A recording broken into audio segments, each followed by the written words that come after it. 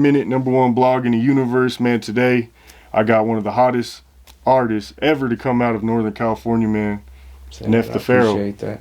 Yep, no problem. What's the word, man? How you doing? Hear you. I'm happy to be here. Hell yeah. I appreciate you for coming. I seen you been tapping in across the city. I seen you was that like a tour?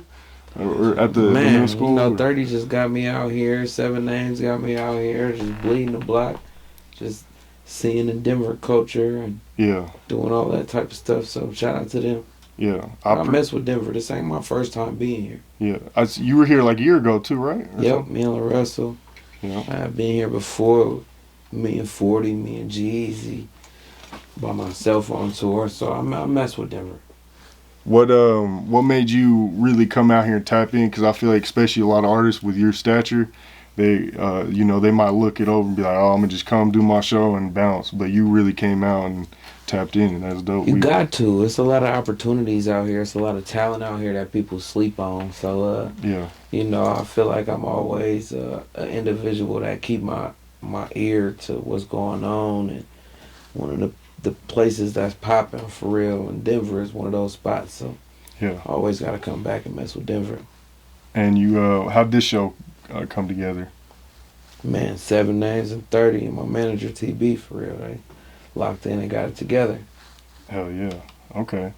Well, this is our first time sitting down, so I kind of wanted to give the people, or let you give the people, background story. So originally from South Vallejo. Yeah, Sersky, 1001 Porter Street. And that's north of Oakland.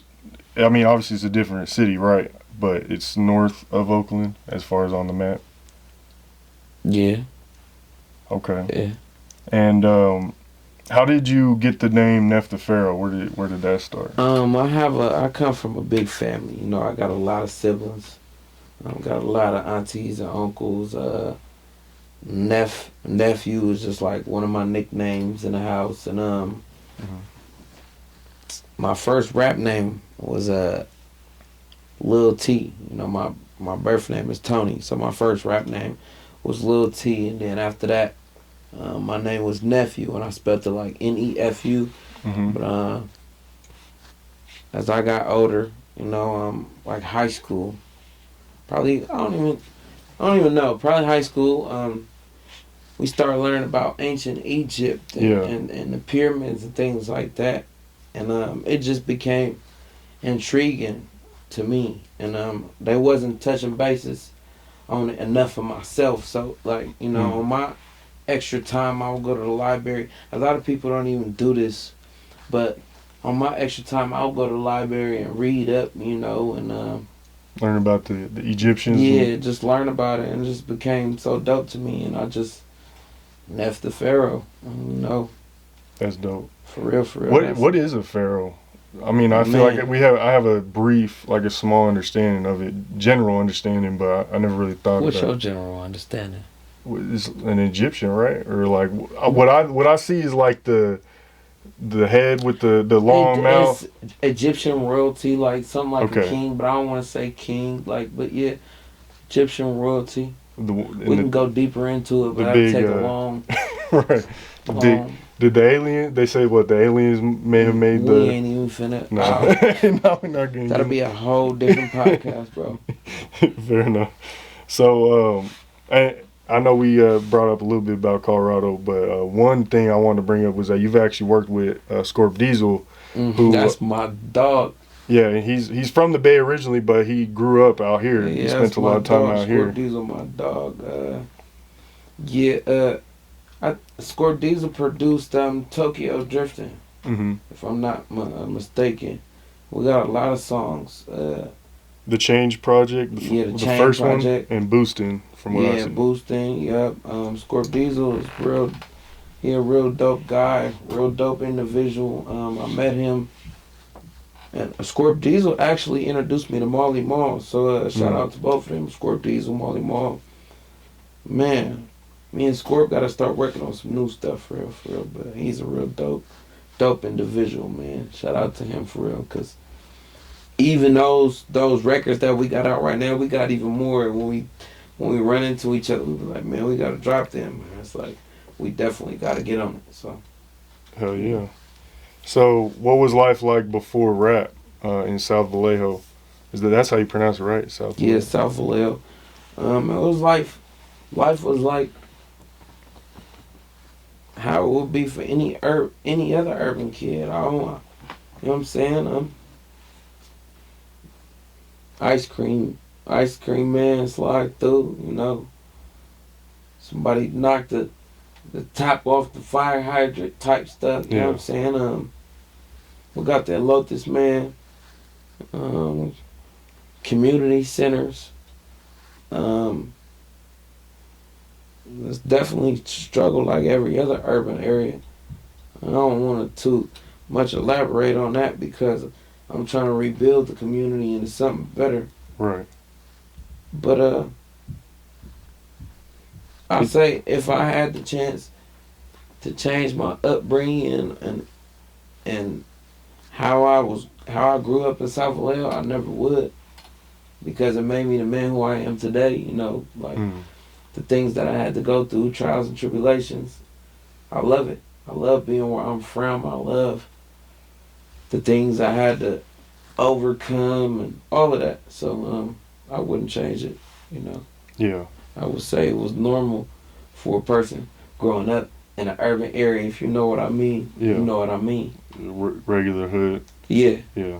This is regular hood stuff going on. Was Vallejo, and I guess answer this to the best of your ability, but was it what were like some of the similarities and differences between like Vallejo and the surrounding cities like Oakland, San Francisco? Vallejo really is country as hell. Like Oakland is the town. Frisco is the city. And I would say Vallejo like really country. Like you like been farms through, and shit, or man, we got some type of farmland probably there, wine, but some you'll wine. be in a corner and it'll be somebody riding around there on a horse type stuff. You know what I'm talking about? Like it's goats and cows and all the other different stuff. Vallejo. That's interesting. You wouldn't expect that from our ancestors and the people who came to Vallejo who even started us. They like from Louisiana and all down south and farmland and stuff like that. So when they came there, that's what they stayed to. So it's like even we damn near even got a like different type of accent. Even in Vallejo, we damn near kind of talk a little bit country even more. Yeah. But I feel like we all the same because we all came from the South. But the Bay Area, we are the Bay. Yeah. Like you can't mess with it. I ain't gonna lie. That's ground zero for swag, and shout out to Lil B for that. For even that term. But we just for culture. Period. Like we do things that the whole world want to do. Like you gotta understand, it be major artists that come to the Bay Area just to shoot a video, just to get our essence. Right. It be major movie companies that come to the Bay Area just to get the scenery. If I'm not mistaken, ain't Pixar and stuff like that in the Bay Area? Like you got the whole Silicon Valley. Yeah, we got it going on out there. I always say we ground zero, the mecca of sauce. But I ain't taking away from nobody else. But I just say we got super duper sauce out there, straight up. Going off that, when I listen to, here in Colorado, we listen to a lot of West Coast and Midwest music. Mm-hmm. So I'll be listening to a lot of rappers from Detroit, Chicago, Midwest, Milwaukee, and then I listen to rappers from the West Coast, LA, NorCal. Like, do you guys notice like a similar sound? It's not all the same, but a similar sound between like the Midwest and the West Coast, or I mean, now with the generation of music that's going on today, I feel like there's more people trying to sound like what's going on today. And if you try to sound like what's going on today, that sound will be very similar. Yeah. If you get what I'm saying. But once again, if you dig deep in this Bay Area culture and you go into this Bay and you see these artists that's really coming up, like we got our own sound and we got our own style. Like it's not to be messed with. Like we don't even if somebody is doing this, if this what the industry is doing, we'll totally go against that. We'll totally go against that and create our own new style, new genre, whole new lane. You know what I'm saying? So yes, everything is starting to sound the same when people want to be popular. Like TB say, man, the popular crowd is hard to be in because everybody is so many popular people. It's like everybody's doing the same thing, but it's like, man, the Outcasts prevail. You know what I'm saying? And I feel like the whole Bay Area, we are the Outcasts. So we're gonna prevail. We're gonna continue to create new waves and new sounds and new looks and that people is gonna want to bite off of, period. And that's just what it is. That's always been like that for the Bay. Okay, now diving back into your story, were you into like sports and you know, how was school growing up? Did you finish high school? Think about college or School anything? was cool, you know. I went to elementary school, middle school, high school, played a little sports in high school and all the stuff. But got injured in sports in high school. And then I was always smart. I knew in my career, I knew I needed to know my language arts. I needed to know. Sorry, I've been drinking a little bit, but I knew I needed to know my history. Yeah. My math, just so could nobody F me out of my money. Yeah. You know what I'm talking about? So once I felt like I obtained the maximum capacity of the things that they was teaching there, you know, they wasn't teaching things about my career that I wanted to do in school. Right. And it wasn't like I was as a flunky or I didn't care about school. I actually dropped out of school with a good grade point. I don't recall, that was more than 10 years ago, but I know I wasn't a flunky. But just in 12th grade, I recall myself sitting in class one day and I was like, bruh, what am I here for? Like, this bruh, he ain't talking about no money. He ain't talking about what I want to do or how I'm going to provide for my family. I'm out of here. So I dropped out in 12th grade, left school. Shout out to my moms because, like, no disrespect to nobody in my family, but my dad was like, boy, you tripping. You tripping. My mom had my back. She like, if he said this what he gonna do, this what he gonna do, I believe my baby. Like, shut up and just watch. And that's what I made him do. So shut up, just watch this. You know, and I snapped into grind mode, you know. I was hustling. I ain't gonna say what I was doing, I was hustling. But me being a hustler, I learned how to save my money and put my money into my career and what I was doing and things like that. And it made a buzz for myself. And then once my little buzz started going, shout out to Cousin Feet. Cousin Feet got a whiff of me. And he put E-40 on to me. And it was just history after that, you know. What was Keep on grinding. What was your relationship like with your parents, generally speaking? Oh, I love my mom and I love my dad. You know what I'm saying? They did the best they could do. They wasn't like, they were married at a point in time, but that ain't last long. Nobody worried about it. You know, my mom was dope. My daddy's dope. They both still alive. They both had a part of my life. You know what I'm saying? I appreciate my parents and everything they did for me. You know, I ain't finna sit up here like, man, my daddy or my mom was something. But people really actually do go through that. Yeah, you're right. I'm not taking away from nobody else. People actually go through that. But I had my mom. I had my daddy. My dad was an exceptional man. He taught me, you know what I'm saying, right from wrong. And, you know what I'm saying, my mom, she did some dope things as a woman growing up. I consider my mother superwoman. If you ask me, she knows she's Superwoman to me, and you know, my dad know the love I got for him. So my relationship with my parents was good, bro. That's dope. That's dope. So at the time, it wasn't. I ain't gonna lie. Yeah. I was mad at my dad for whatever was going on. I had made some songs or whatnot, but I was young. Yeah, you got grow up over it. You grow, and we had our talks. You know, he's fully involved with his grandkids' life and all of that. So I ain't worried about it. You know, I was just young and mad and whatnot. But that's really my dog, though. Like I can call Brett and ask him advice on anything. So that's real. So you brought up that your music was introduced to E-40. Mm-hmm. Was that kind of the introduction into you starting your music career, or how did the music start? Bro, I know I wanted to be a rapper since I was 4 years old. Shout out my uncle Ant Dog. Like I still remember my first rap I ever wrote when I was 4 years old, and it was like, my name is Lil T, my name is Lil T, and I'm not 3, I'm 4. And I got the keys to the door. I'm in preschool and I'm gonna get some more. That was my first rap I ever wrote.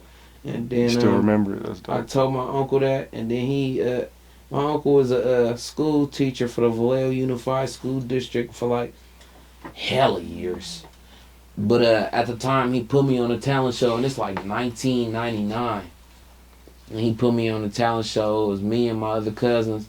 And we won first place in the talent show, and we was on front page of Vallejo Times Herald, 99. That's gonna be in the documentary, the Chain Nef the Pharaoh documentary. I still got all of this. Like all of this is really recorded. But yeah, after I got that little taste of fame, I was like, man, that's what I want to do. So my uncle always had my back. He would always coach me on stage presence.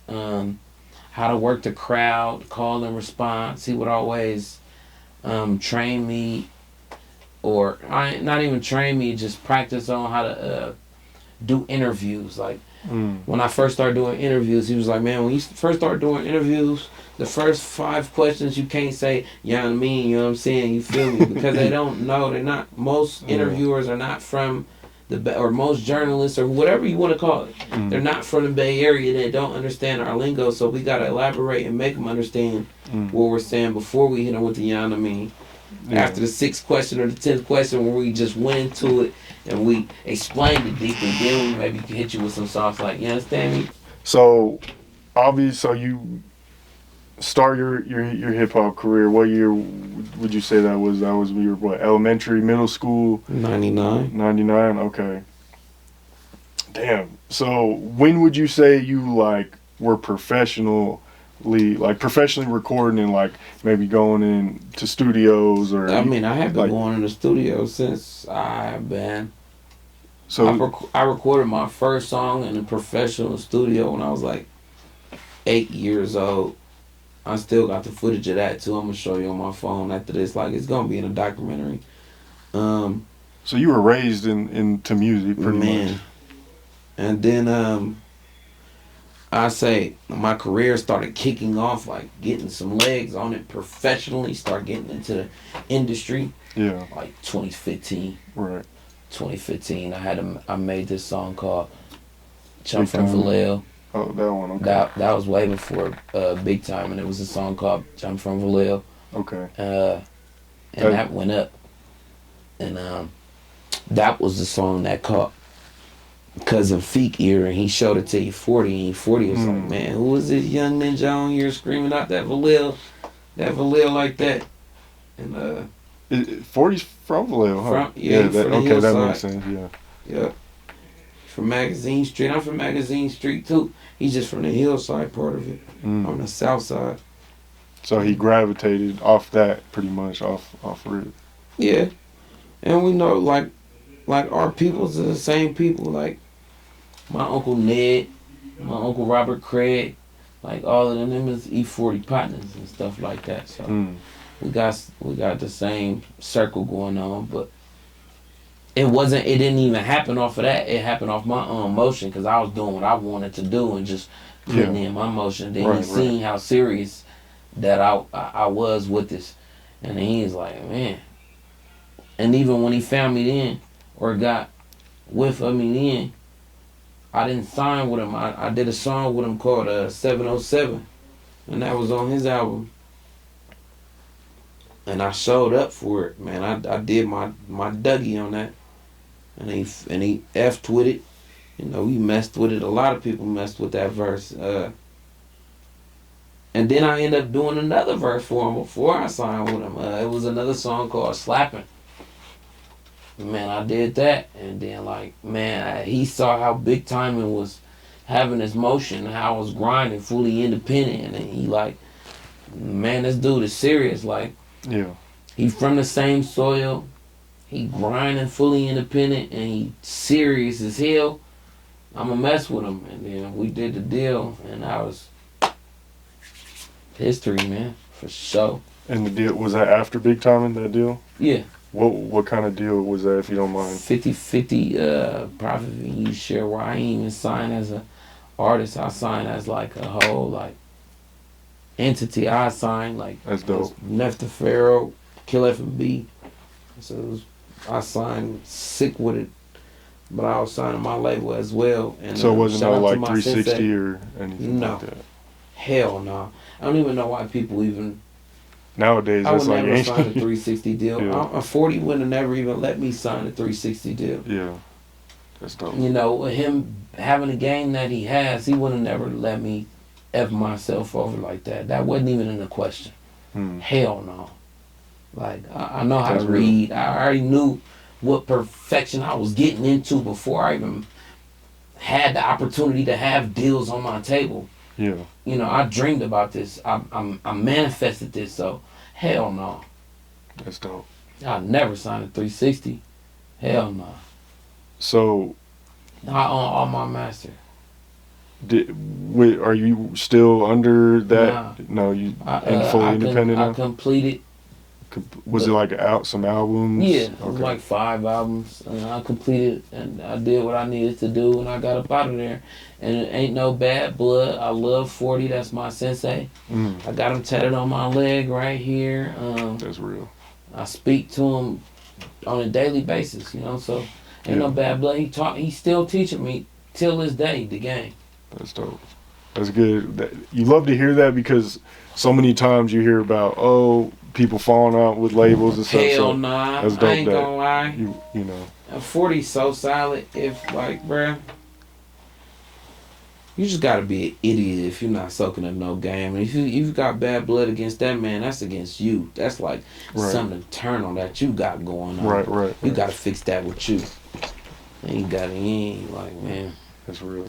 A lot of like, I ain't even feeling like right. Yeah. So obviously, Big Tymin was huge. It was crazy big. For sure. I want to say I heard that on like Madden or 2K or something. I could be wrong. Yeah, something. I swear, growing up, I remember hearing that record. But from the research I've done, I could be wrong, so correct me if I'm wrong, but there was some influence from Birdman or in Cash Money? Okay. Big Tymin? Yeah. The whole song is a ode to the Big Timers. Right, okay. I say I'm balling like Baby, which is Birdman. Okay, Baby. For some reason I thought it was Bibby. No. I don't know why. Oh my God. It's an ode to the Big Timers, bro. Okay.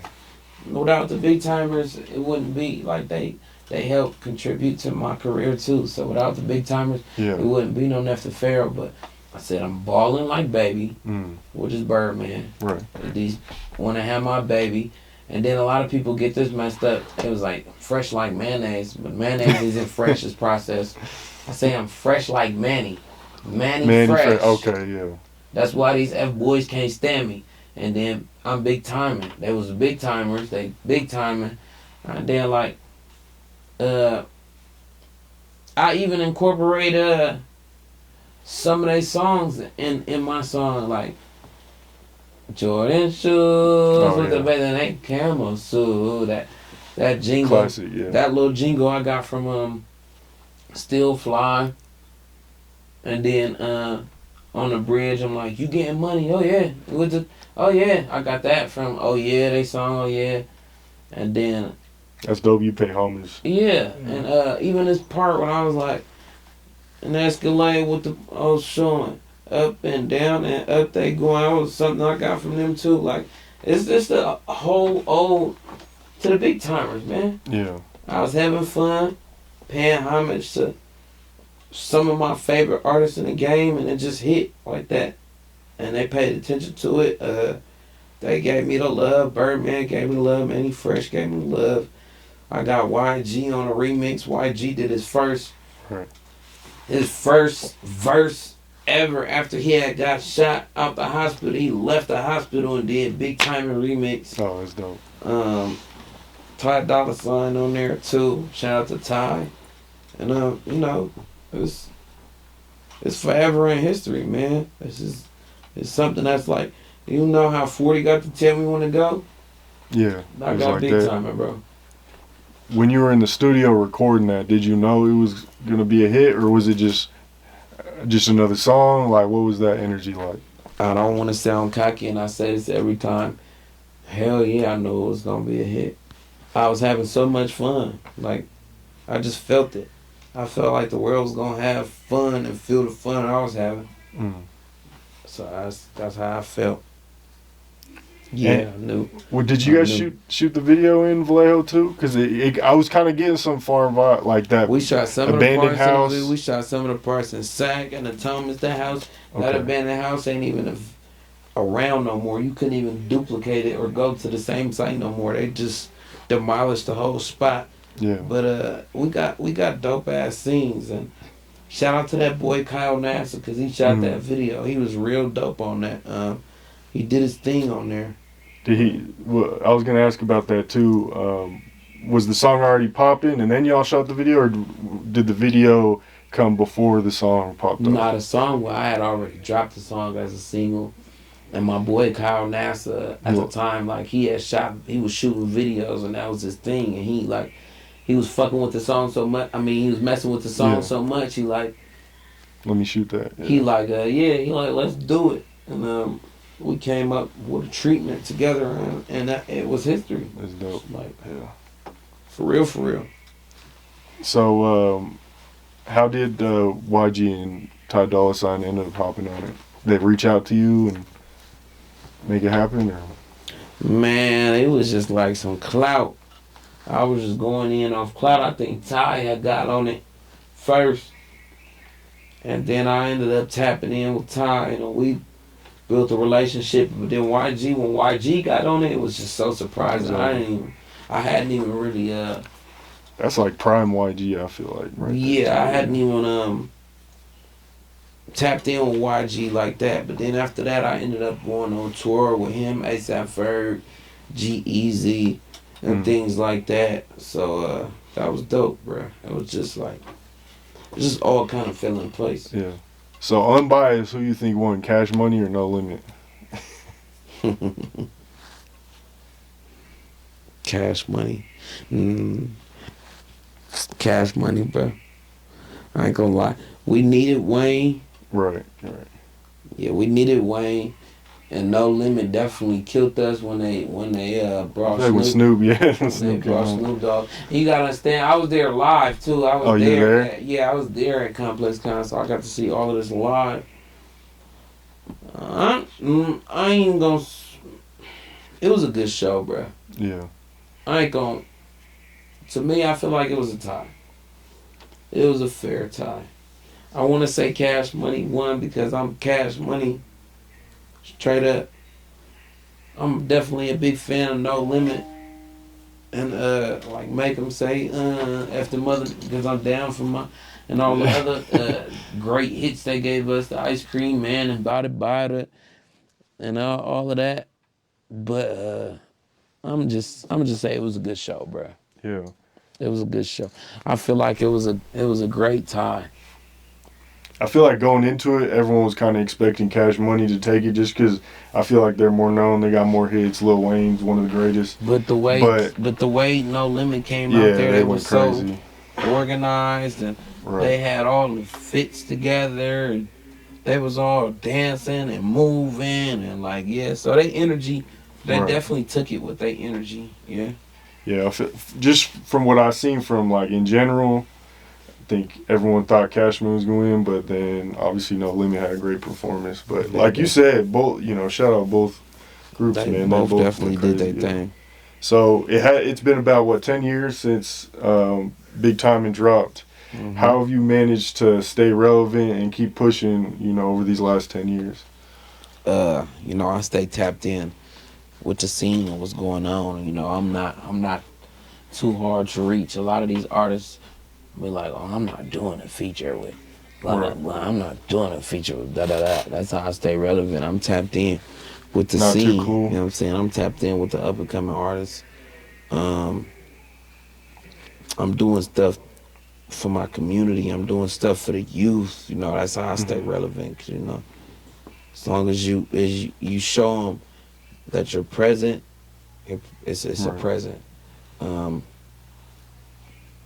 How else am I staying relevant? My kids, I'm asking them what's hot. You know what I'm saying? I'm seeing what's... They keep you young? I'm seeing what they like or not. A lot of my beat selections come from my oldest son. He be like, "Man, you should do this one."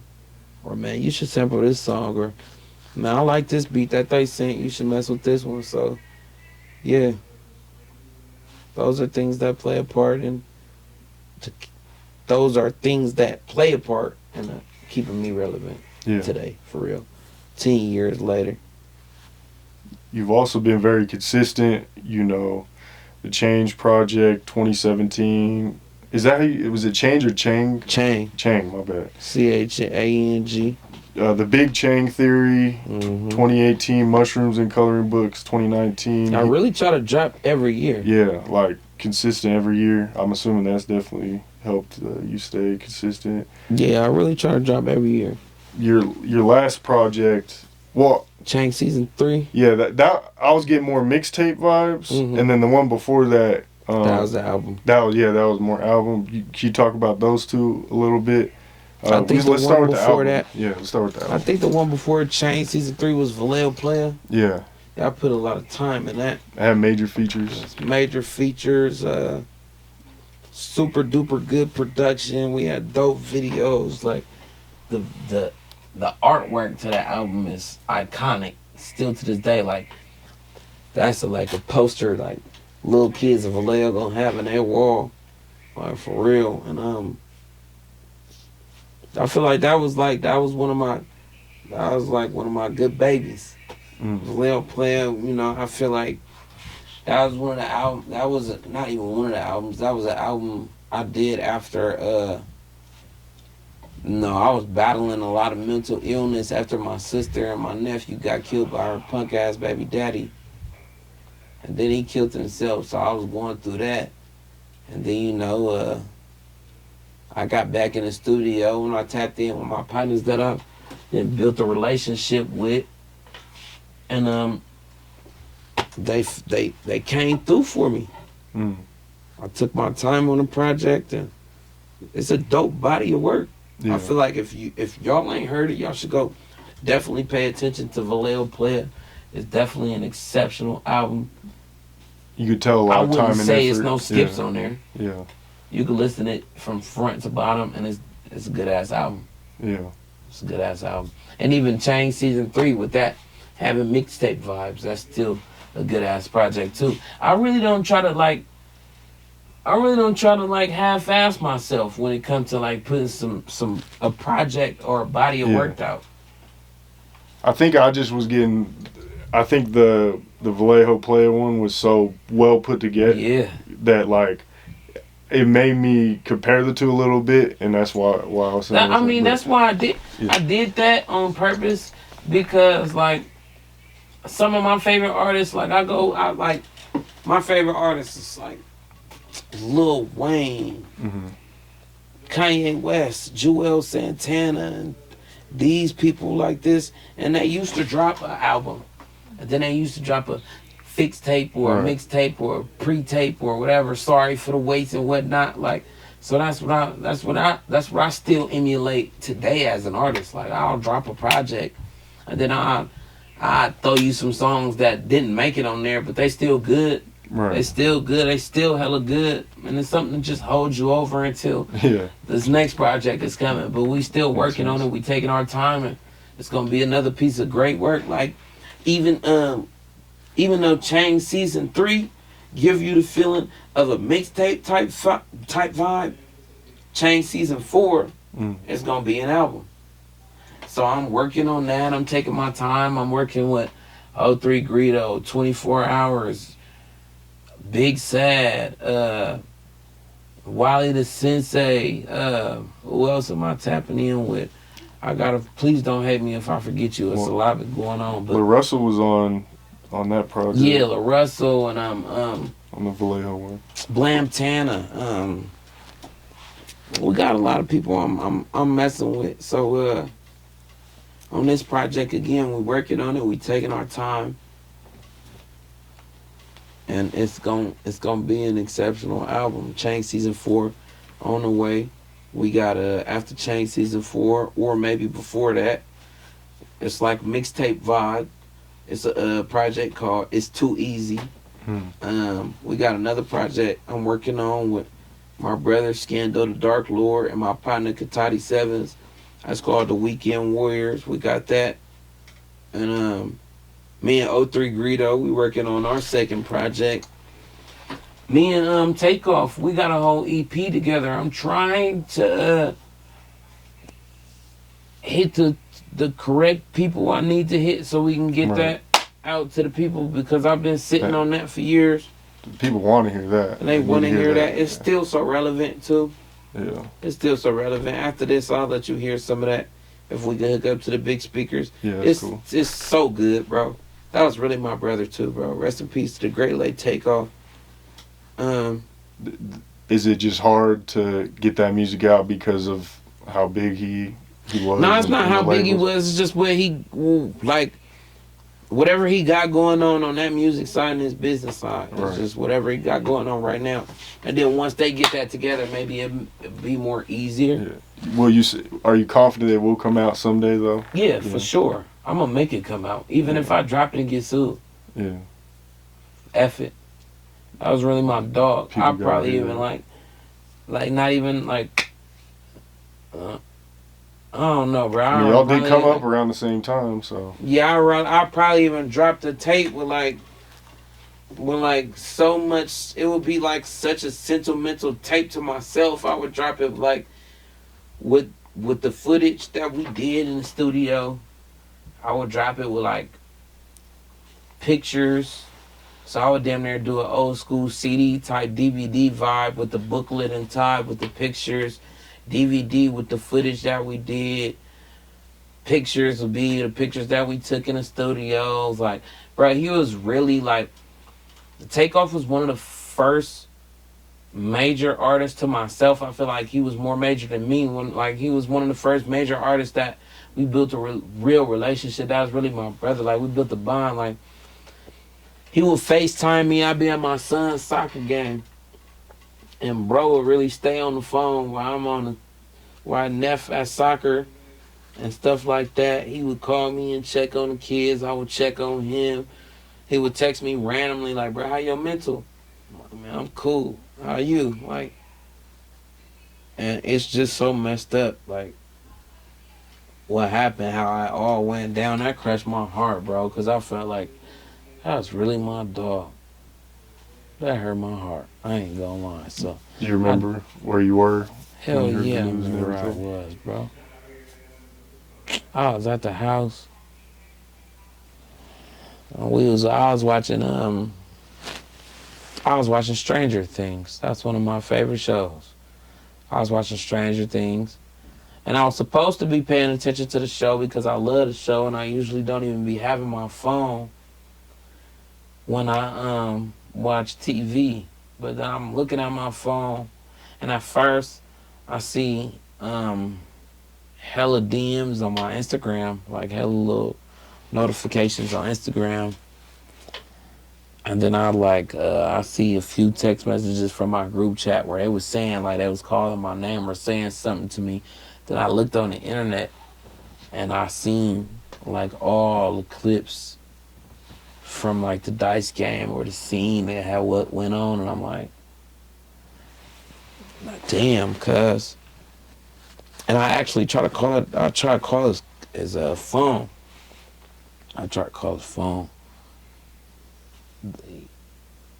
I don't know. You'd be like, that's dumb if you already see it on the internet, but I don't know. I just tried to call his phone. It wasn't working. I ended up talking to his people. I think I talked to DJ Darrell. That was the first person I had talked to. And he told me it was real. And I was like, God damn. That shit hurt my heart. Yeah. But yeah, I'm gonna definitely make sure me and Take come on. Yeah. Like, you gotta hear some of this, bro. Yeah. I ain't gonna lie. I would play some after this. Yeah, you gotta hear some of this. And then you also brought up that your sister had passed away. Do you? Her mark ass baby daddy. My sister was going to a Chris Brown concert. This back in like 2020. She was supposed to go to a Chris Brown concert with my aunties and my other sister, and she was dropping off my nephew to his dad. And I don't know. We don't all. Who knows what transpired? But just by what the police say, my nephew was killed first. Then my sister. My nephew was killed first. He actually left my nephew in the car seat in the car, and then he like kidnapped my sister and took her hella far away from my nephew's body, like on this long ass road. It's like a dark ass road in Vallejo, and then he like shot her and left her there by herself.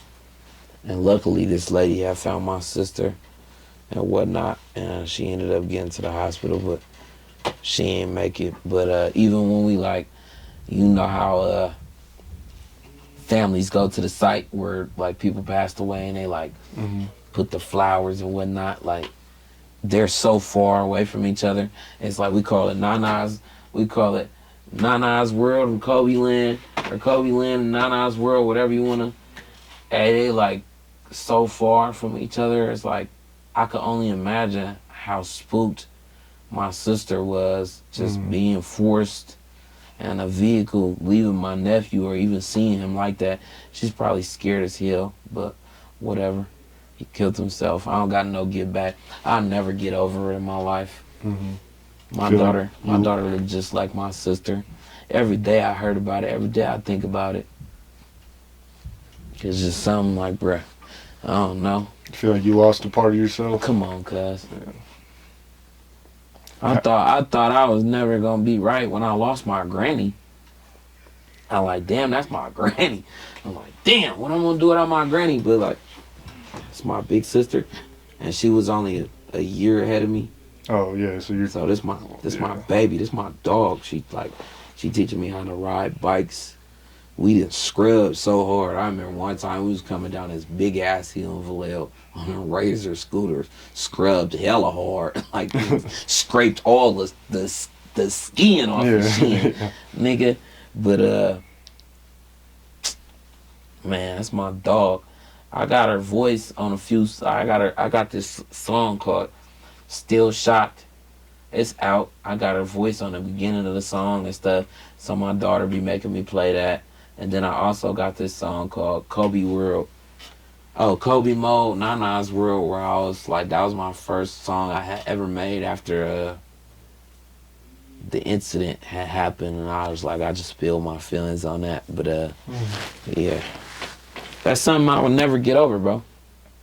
How have you been able to like keep working and stay consistent through that? Because a lot of people probably would have shut down and maybe even start working, you know? I don't know. I could sit up here and I don't know, bro.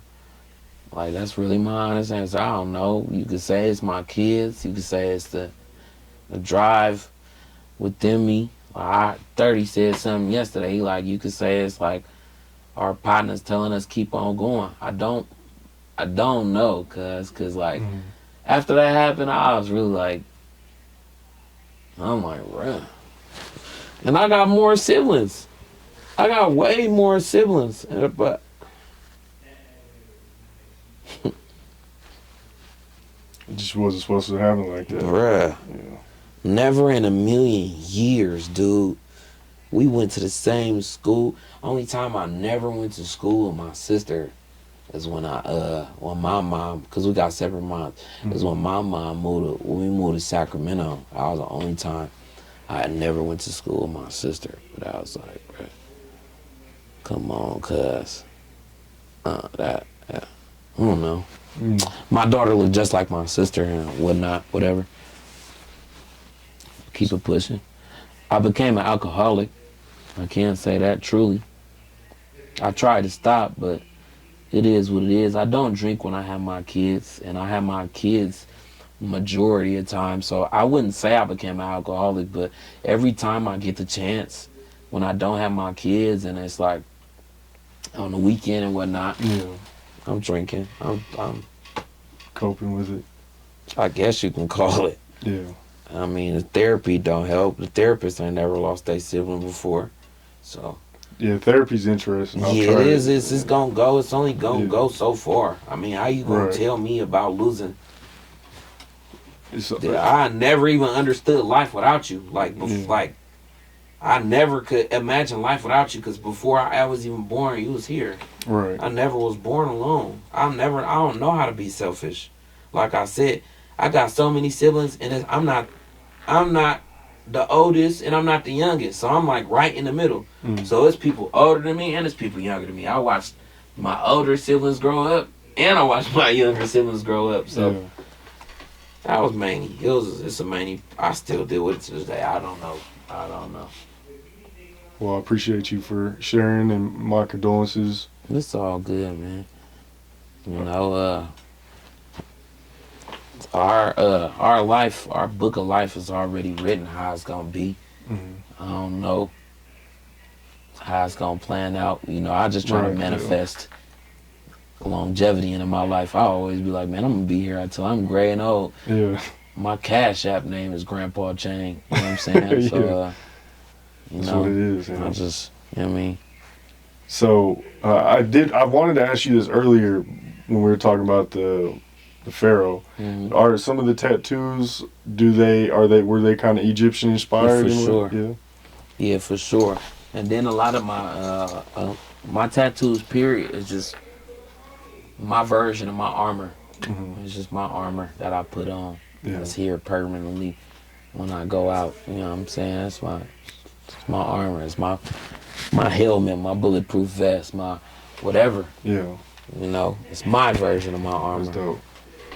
Okay, so back into the music. So in 2014, I believe, you were named Thizzler Freshman of the Year. And then they recently dropped their all-time list, and you were ranked number 42. How did you feel pretty much seeing your name cemented in Bay history? I know the list can kind of be positive or negative depending on how you take it. I'll just drop one. Me and 30 was talking about that.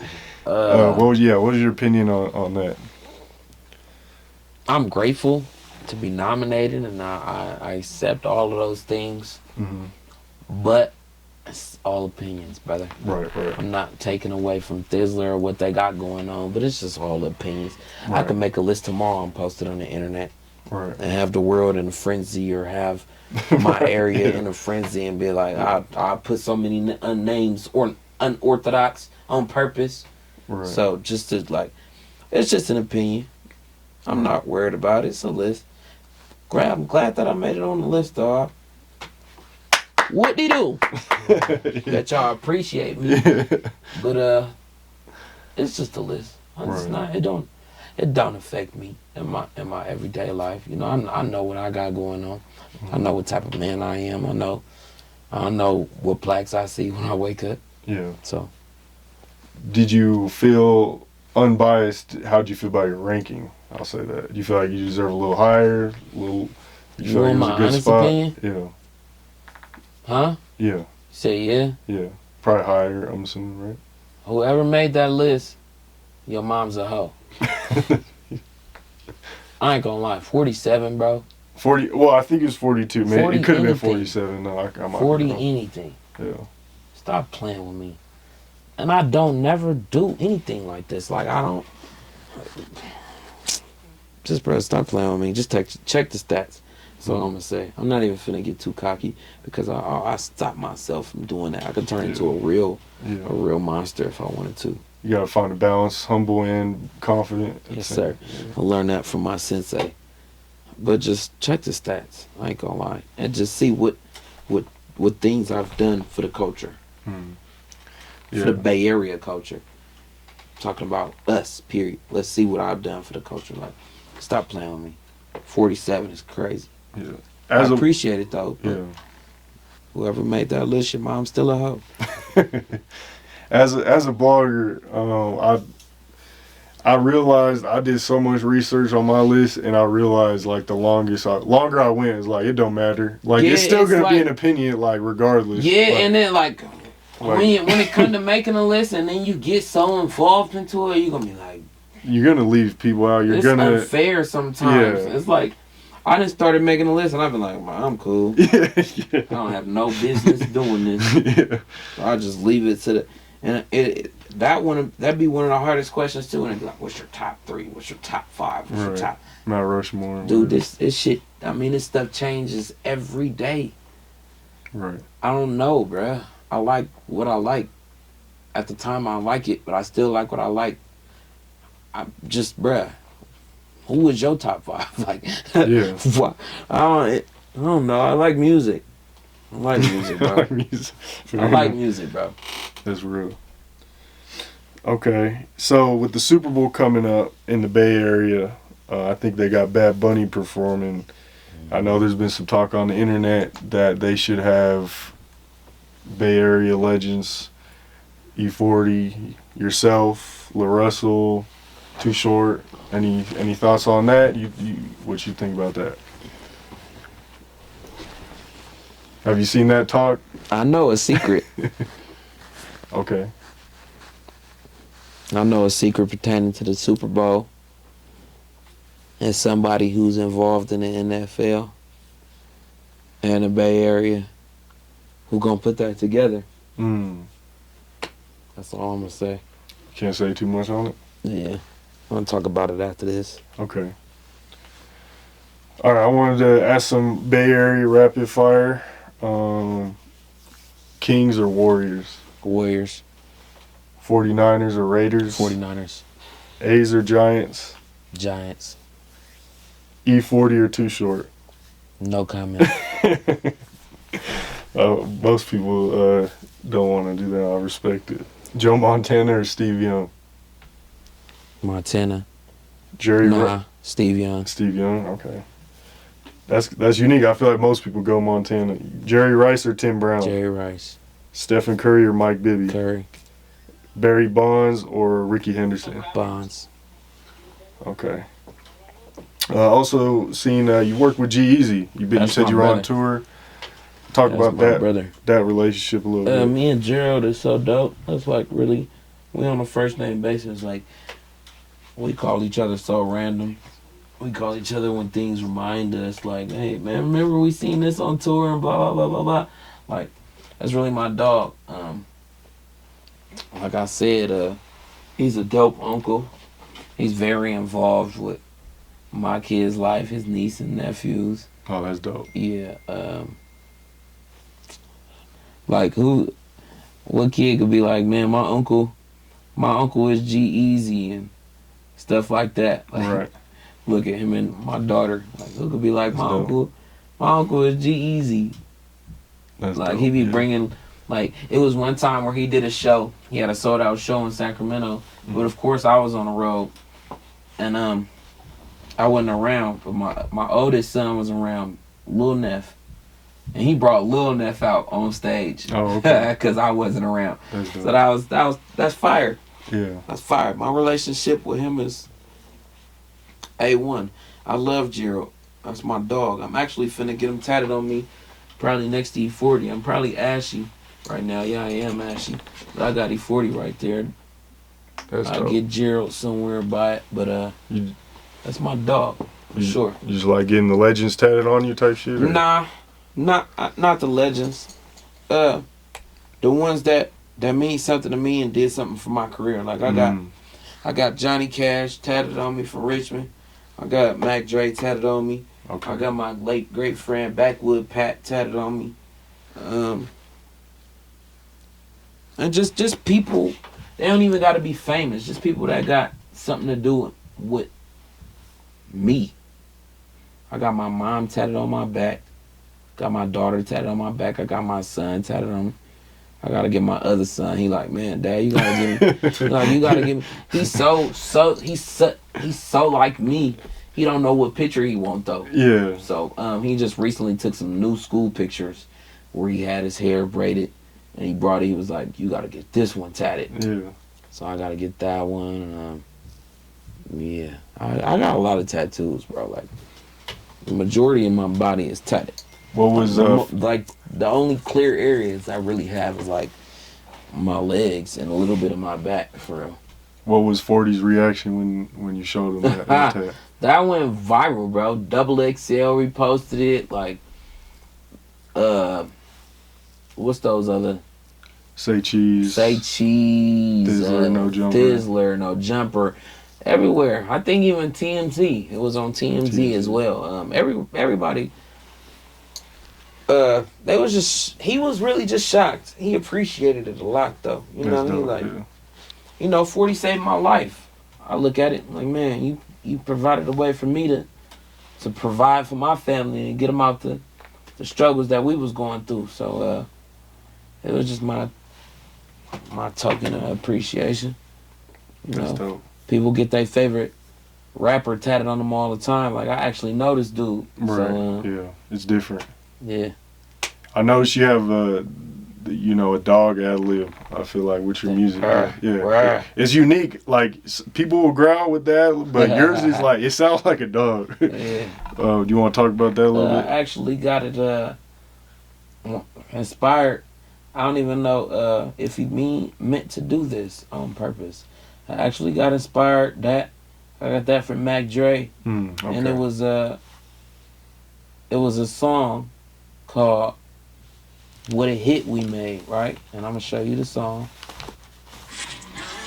Of course, this is a commercial. Skip ahead. But yeah, I'm gonna skip it and listen.